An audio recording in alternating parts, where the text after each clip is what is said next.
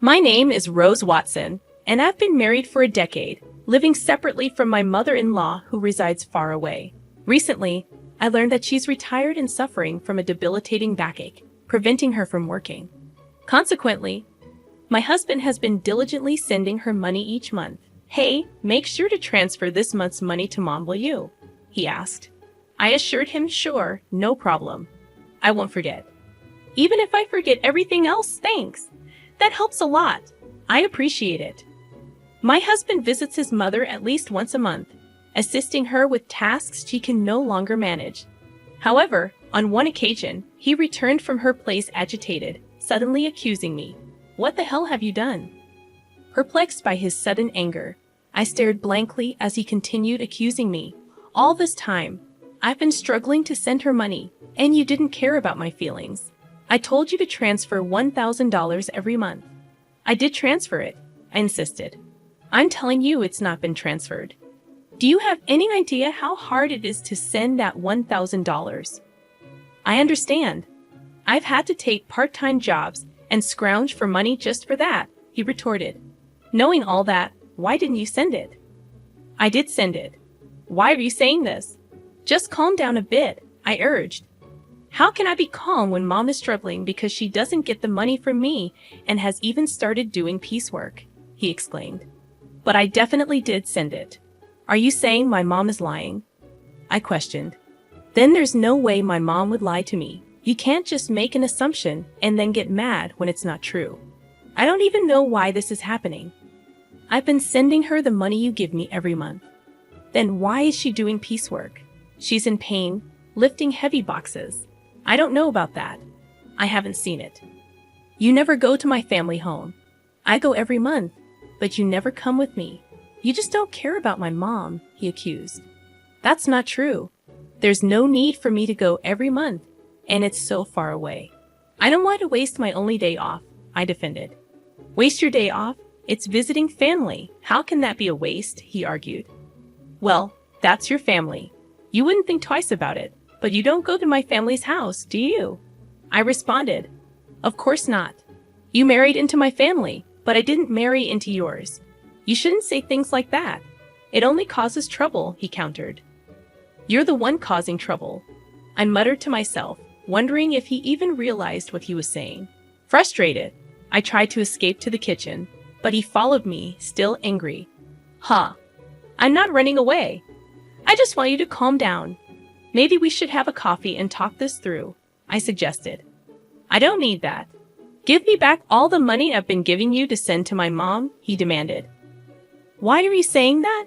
I'm your wife of 10 years. I've never lied to you. You should just believe me when I say I've sent it," I pleaded. "I bet you've been spending my money. What'd you buy? Where's the $1,000 going every month?" he accused. "If I had bought something, there'd be new things in the house, right? But there aren't. If it were clothes, there'd be new clothes, but there aren't. I haven't bought a single piece of jewelry since we got married." "I don't understand why you're accusing me," I defended. "Even so, you must be using it for something. Or maybe you're saving it for yourself? Planning to leave me?" he speculated. "Why would you even think of divorce?" "We have kids," I questioned, bewildered by the sudden turn in our conversation. I would never entertain such thoughts. How am I supposed to know I can't trust someone who lies like you? "Why won't you understand that I've been sending the money to your mom?" "Then why isn't it reaching her?" "I have no idea. Could you be sending it to the wrong place? No way. I have your mom's bank account number registered with a bank. Unless she changes it, there's no way that could happen. Then the only thing I can think of is that you're stealing it." "Stealing?" "Yeah, that's right. You're stealing my money, not sending it to my mom. That's it. I want a divorce. I can't be with a thief like you. Let's get divorced.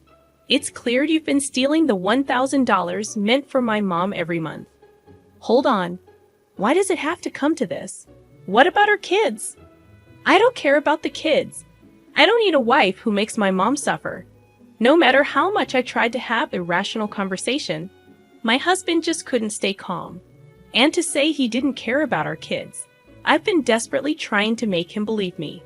But it's been hours of getting nowhere. Then there's nothing else to be done. After 10 years together, thinking this, I quietly responded to his demand for divorce. All right, divorce it is. Kicked out by my husband, I left the house with our child. Make sure you file the divorce papers.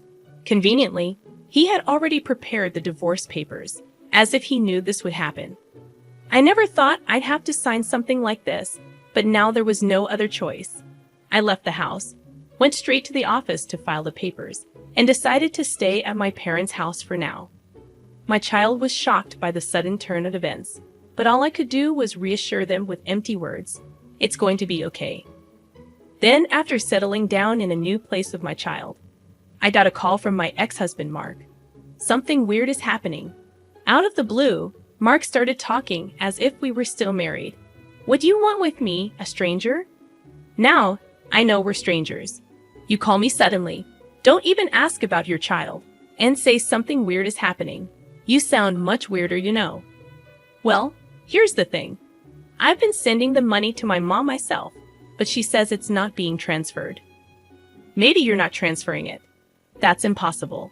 I did it myself. I don't know about that. Maybe you're doing it unconsciously, or perhaps you only dreamed you did it. Don't compare me with you. Then don't call me. I'm not free to deal with this. You're working as usual. So, you're free. How much more will he belittle me? He must think I'm just sitting around doing nothing. My bank statement shows I sent the money. The money's been withdrawn, but my mom says she didn't receive it. What do you think that means? Maybe you sent it to the wrong person. Then where did I send it? I don't know. Maybe you're giving it to some other woman. That's ridiculous to me. It's ridiculous to even have this conversation, but Mark doesn't seem to think so. Anyway, I have nothing to do with it. Wait, that's too cold. You can't just cut ties so easily. I'm not cold. The moment you decided on divorce, you were out of my life.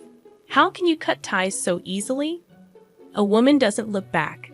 What's the use of dwelling on the past? On you, it's a waste. I'm in trouble here, not my problem. Can't you at least listen to me? How utterly self-centered. All right then, start from the beginning. Tell me what's happening and what's going on. Well, it was the day I said I wanted a divorce, remember? I went to check on Mom at her house, right? I asked her why she was doing piecework, even though I send her $1,000 every month. She said she hadn't received any transfers, so she had to do piecework to get by. Now I get it. That's why you were so angry, and you thought I was pocketing the money. Yeah, that's right. But even when you transferred it yourself, it didn't get there. Yeah, that's what's happening. So doesn't that mean it wasn't me? Well, I don't know about that. When you were in charge, maybe you were pocketing the money. That's awful. If that's what you think, then I'll go to your family's house myself. What are you going to do there? Maybe I'll find out something if I go. Yeah, maybe. So we ended up going to my husband's family house together for the first time in a while. When we got there, his sister was there. Oh, why are you here, Selena? I came back because I'm worried about Mom. What about your husband? We're divorced, just like Mark. Oh, so you divorced and came back to your family home? Yes, I did. When did you come back? 6 months ago. 6 months? Never mind that. Mom, is it true that you didn't receive the money I sent? It's true. It doesn't change the fact that the money wasn't received, whether both of you are here or not. But did you print out your account record in your bank book lately? Yes, I did. Just 2 days ago. Can I see the bank book? Sure, you can't show that. Why would you show a bank book to someone else? You're a stranger now. Why would you think she'd show you something so important? Are you out of your mind? But we can't know if the money really wasn't deposited unless we check. You don't need to see it. Then I'll look. I'm her son. It shouldn't matter. Fine, look. There's hardly anything in there anyway. My mother-in-law said this, and then fetched the bank book from a drawer in the next room. But when we looked at the bank book, there were deposits and withdrawals. Look, Mark, there's a deposit from you here, and it was withdrawn the next day. That's quite punctual. Before this, even if you deposited it, it wasn't withdrawn immediately. I couldn't go to the bank much because of my back pain. I would wait until it was absolutely necessary, but since Selena came back, she's been going to the bank for me, which has been a big help. Ever since Selena returned, she's been the one going to the bank. The money was always withdrawn the next day, according to the bank book. Mark and I instinctively looked at her. What? I don't know anything about this, she said desperately. But from what we see here, it looks like you withdrew it, Selena. Mom doesn't go to the bank, and maybe someone else has Mom's card and is withdrawing the money every month. I don't have a card. I'm afraid of losing it, so I never made one, she replied anxiously. Tell the truth, Selena, Mark urged. All right, it was me. Mom told me to withdraw the $1,000 she was getting each month. I saw it was being deposited every month, so I thought borrowing a little bit would be okay. If you're borrowing it, are you planning to pay it back? I interjected. I intend to pay it back. I just don't have the money for it right now, she confessed. Why would you do such a thing? Mark questioned. I really needed the money. I only borrowed it because I had to. Besides, Mom's managing to get by. Isn't that fine? Selena justified. Were you that desperate for money? His mother softened her tone and asked. Then Selena completely changed her tone from her previous assertiveness, now playing the role of a pitiful victim. If that's the case, it can't be helped. Mark was kind enough to send the money. But this is an unavoidable situation. Yeah, if sister was in trouble, it's the family's job to help after all, Mark reasoned. Despite his rage and accusations towards me, Mark forgave his sister as if nothing had happened. Hey, I was called a thief over this. And now you're just going to let it go because it's your sister. It can't be helped. She said she's in trouble. That's fine for your money. But don't you have something to say to me? I challenged. Not really. No, not even an apology after all the horrible things you said to me. Why should I apologize? I don't see any need to. I was hurt by what you said, Mark defended. Such a fragile mental state, I muttered to myself. Anyway, it's not like I did anything wrong, right? Selena was having a hard time, so this happened. It's not Mark's fault. He doesn't need to apologize, his mother supported. Isn't this just like being completely surrounded by enemies? Even if I speak the truth, this place is hostile territory. There's no doubt that anything I say will be met with opposition. Even though a quick look at the bank book would have clarified everything, I had to travel all this way just to be treated like this. Fine, if cutting ties with you costs me this much, it's a small price to pay. I'm leaving. Drive me to the station, I demanded. Why do I have to take you? We're divorced, remember? I don't have to do anything for you, a stranger, Mark retorted. Because I came all this way for you. You asked me for help, I argued. Did I? I don't remember asking you to come. I just wanted some advice. You came here on your own. You can leave on your own too. Mark snapped. That's right. You're not a couple anymore. Why should he take you? It makes sense for a husband, but not for a stranger, his mother added. What a group. No thank you or sorry for solving the issue. After spending 10 years with such a man, it felt like such a waste of time. Fine, I'll take a taxi. I don't need you, I declared, frustrated. I called the taxi and somehow managed to get home. As I arrived home, tears of frustration streamed down my face, and I swore never to listen to that man again. However, after a while, my husband called me. Maybe he had changed his mind and was about to apologize for what happened. Perhaps he'd explain that he had to act that way in front of his sister and mother. But my expectations were shattered. Can you lend me some money? He asked abruptly. Shouldn't you say something to me first? Oh, long time no see, I replied. That's not what I mean. You're being troublesome, you know. It's not normal to ask for money without even apologizing first. That's not true. We were a married couple after all. You could say we were a united fate. That's not the case anymore. The day we split up, our united fate dissolved. I still think we're a united fate, though. He keeps saying whatever he wants. So lend me some money, will you? Why? The truth is, I found out Selena has a huge debt. Wait, it's been quite a while since that day. Didn't you ask her what she spent the money on? I couldn't ask her that. It would have been too pitiful. Money is a delicate subject. Maybe her ex-husband had something to do with it. Or there might be some other reason. Sure, there must be some reason. But you should have asked about it for the future, right? I trusted her because we're family, and yet there was no trust for me at all. Well, I've known Selena way longer than I've known you. Yeah, since we were born.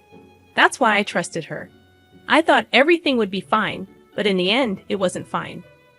So what happened? It turns out she had a huge debt, and the $1,000 a month wasn't enough. How much does she need then? She wants to repay it all at once. It's true that paying it off in one go would save on interest, but I don't have that kind of savings. So why did you contact me? Because you said you had a good amount of savings when we were in the car going to your parents' house. I remember. I was insulted by him, saying I must be struggling without money since our divorce, and that I would have stolen the money if he continued to ask me to make the transfers. Angered by his belittling words and the assumption that I couldn't survive on a part-time job, I ended up revealing that I was trading stocks and making a good profit. But would that lead to an ex-wife being asked for a loan? Selena says she's in debt for $30 million. $30 million? Yes, so please lend me the money. It's okay, right? First, why does she have such a huge debt? I was curious too, so I asked her. It turns out most of it was from shopping, and it's all brand items. She just can't control her desire when she sees them and ends up buying things. She put everything on revolving credit, so the interest adds up, and she keeps buying more every month. Before she knew it, her debt reached $30 million. She's really careless. Mark, laughing off his carelessness, is quite careless himself. She didn't understand how revolving credit works. She thought she could just pay a set amount each month, and eventually it would be paid off. I guess I can understand that feeling. I can't understand it at all. How could she take such a risk? And wasn't this the reason for her divorce? Now she finally realized the interest is piling up, and it's becoming a serious problem, so she came crying to me, but I don't have that kind of money. I told her I couldn't give more than $1,000 a month. Then she suggested borrowing from you. What? Why me? You said we were strangers, and you didn't even need to drive me to the station. That's all in the past. The past should be washed away like water under the bridge. What a selfish and convenient way of thinking. Would anyone accept that? So you could afford to lend it, right? Well, yes. I do have that much in savings. Then lend it to me. I just made a lot of money with stocks recently, so you win some, you lose some with stocks, right? Yeah, that makes sense. But didn't you say stocks were like gambling? Isn't it gambling? You always ridiculed me for playing the stock market, calling it a gamble. Right, did I? When you wanted a divorce, you hurried to separate because you said having a wife who gambles on stocks would lead to trouble. I said that when I didn't know how much you had saved. So that's why you asked me how much I had. That time you ridiculed me, but then I mentioned I had savings. Well, yeah, I didn't expect you to have that much, but I'm glad. I inquired, but even at that stage, you still dismissed it as gambling. Well, yeah, but let's not worry about it. I was foolish. All right, that's not all right. You are really cruel, and now you want money I saved for our child. You're worrying too much. Our child won't need that money for a long time. It's silly to start saving from now. Money rots if you don't use it. Money rots. I've never heard of money rotting. Think of this as an investment. It's like investing in me. Why would I invest in you? Just do it. Lending me the money would be the smartest move, right? Look, if I lend you money, it won't come back, right? You're still sending $1,000 a month to your mom. Where will you find the money to pay me back? All right, I'll pay back $11,000 a month. Are you crazy? How many years do you think it will take to repay it that way? Don't say that. I really regret it. Regret? Yeah, if we hadn't split up, I wouldn't have to beg you for money now. I have to ask, isn't that unjust? So you're just after my money? No, it's not like that. We don't have love, but we can rely on each other. It feels like I'm only being relied upon. You're so rigid. Thinking like that won't make you happy. We could even remarry. I didn't mind our marriage that much. Wow, I do mind. I don't want to be with someone who can't apologize. Fine, I apologize. Sorry. Is that good enough? What are you apologizing for? Explain in 400 characters or less what you did wrong. Ah, I just apologized because you said so. Pathetic. Don't ever call me again. Why? I apologized? So will you remarry me or help me? My sister is suffering. Shut up. Go to hell. Saying so, I forcefully ended the call and blocked his number. Later, I heard from mutual friends that Mark, despite saying it was impossible, couldn't refuse Selena. Being not only constantly nagged by Selena, but also persuaded by his mother to help. Consequently, he ended up borrowing money from a consumer finance company to repay her debt in full. Everything was settled, assuming Selena would work and gradually repay the debt. They thought so. However, far from working, she resumed her shopping habits. Despite having suffered before, she again made purchases on revolving credit. This burden eventually fell directly upon Mark to handle. When they confronted her about why things turned out this way, she reportedly said, "I never intended to buy anything. By the time I realized it, I had already processed the credit." Mark and his mother, naively believing Selena's words, just accepted it, saying she must be sick. They neither devised any solutions nor took her to a hospital, despite thinking she is ill. While saying this, Selena, wearing expensive clothes and jewelry, is reportedly laughing over tea with friends, saying, "Really, Mark is so easy to manipulate." Eventually, they couldn't escape the debt and had to sell their family home. Now Mark, his mother, and Selena ended up living together, but they couldn't afford the rent for the apartment they used to live in. So the three of them moved.